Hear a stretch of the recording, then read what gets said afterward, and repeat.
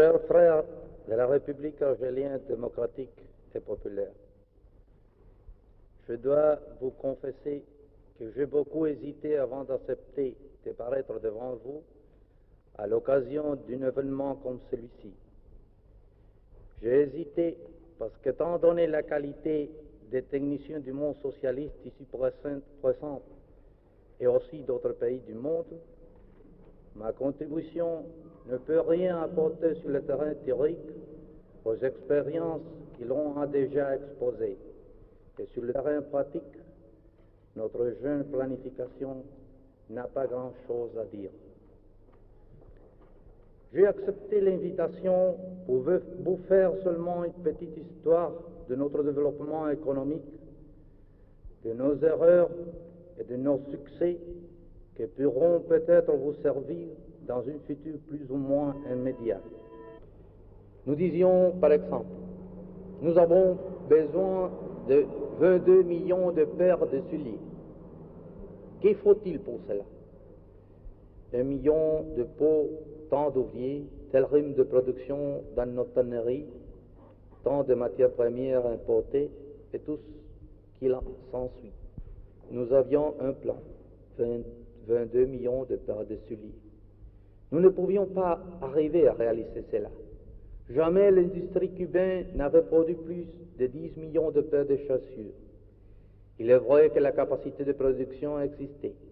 Peut-être aurions-nous trouvé les pots nécessaires, mais cette réalisation impliquait l'existence de toute une organisation que nous n'avions pas encore. Seulement nous avions établi l'objectif final et les tâches principales de manière superficielle. Nous n'avons pas eu de pots. Il n'y avait pas de possibilité de se ravitailler en cuir. Nous n'avons pas pu approvisionner nos tanneries de manière adéquate. En définitive, le premier plan fut une manifestation de subjectivisme absolu.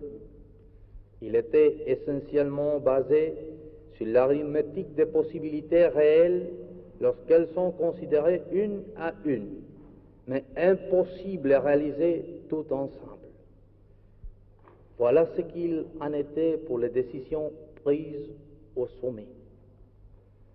Qu'en était-il pour celles prises à la base? Par exemple, l'évaluation des stocks de bois.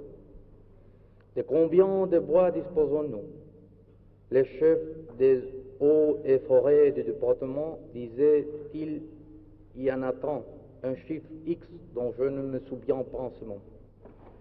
Nous savions que ceci était presque impossible, mais il le disait, il l'affirmait catégoriquement. Et c'est ainsi que Cuba, traditionnellement importatrice de bois, figura au premier plan comme exportateur de ce produit, parce qu'on avait tenu compte des opinions des techniciens de la base mécaniquement. Nous continuons à importer du bois, mais nous avons dû l'importer avec du retard, dans de mauvaises conditions commerciales et en cherchant désespérément où le trouver. Notre commerce extérieur avait complètement changé d'orientation géographique. De 75% avec les États-Unis, il était passé à 75 et 80% avec les pays socialistes. Ce changement nous était bénéfique au point de vue politique et social. Mais sur le plan économique, il nécessitait une organisation bien plus poussée. Antérieurement, des centaines d'importateurs spécialisés commandaient leurs produits aux États-Unis par téléphone. Et le jour suivant, les bateaux qui reliaient directement Miami à La Havane amenaient leurs produits. Il n'y avait ni entrepôt de stockage, ni prévision d'aucune sorte. Tout cet appareil, sauf les techniciens ennemis du gouvernement, dut donc être absorbé par ce qui fut d'abord la Banque du commerce extérieur de Cuba avant de devenir le ministère du commerce extérieur.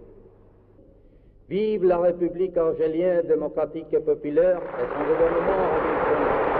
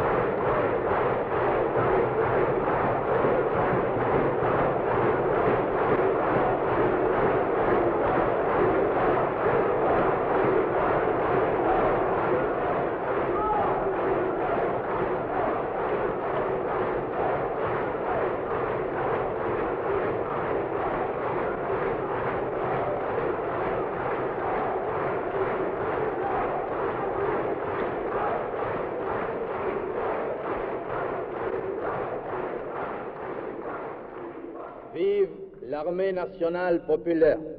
Venceremos. La révolution serait trop long d'expliquer tout. Et même d'expliquer tous les points de contact avec la révolution algérienne, je pense qu'il serait un peu long, un peu difficile, un peu lourd. Je pense que la principale, la chose où nous devions mettre l'accent, c'est que la base, le fond social sont les mêmes. Le problème du colonialisme, de l'impérialisme, qui pèse sur un pays, oblige à ce pays à prendre des mesures pour lutter pour sa liberté. L'impérialisme, plus ou moins, prend les mêmes contre-mesures. C'est pour ça que, malgré toutes les différences qu'il y a entre les deux peuples, les régions géographiques où ils sont placés, il y a une ressemblance plus ou moins grande, au fond. Et c'est pour ça, je pense, que nous pouvons nous entendre si bien.